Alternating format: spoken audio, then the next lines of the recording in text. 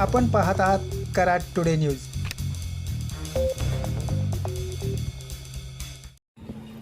कराड चिपळूण महामार्गावरील पाटण शहरातील रस्त्याच्या कामाची मुदत संपूनही काम अपूर्णच आहे. 2 महिन्यात दांडे पूल ते रामापूर या दरम्यानचा रस्ता पूर्ण झाला असून दांडे पुलापासून झेंडा चौकापर्यंत व झेंडा चौकातून केरा पुलापर्यंत अद्याप रस्त्याचे काम अपूर्ण आहे. सदरचे काम पावसाळ्यापूर्वी पूर्ण करण्याची गरज आहे. सध्या झेंडा चौक ते केरा पूल दरम्यान असणारा विद्युत ट्रान्सफॉर्मर बदलण्याचे काम सुरू करण्यात आले आहे. या कामामुळे पाटण शहरातील झेंडा चौकात मोठ्या प्रमाणात वाहतुकीची कोंडी होत आहे. शुक्रवार दिनांक 29 मे 2026 रोजी घेतलेल्या या व्हिडिओच्या माध्यमातून आपण पाहू शकता.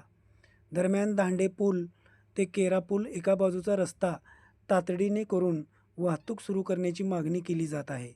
त्यानुसार ठेकेदार कंपनीने सध्या कामाला गती दिली आहे. दरम्यान पाटण ते कोयना मार्गावर 2 ठिकाणी सध्या रस्त्याचे काम सुरू आहे.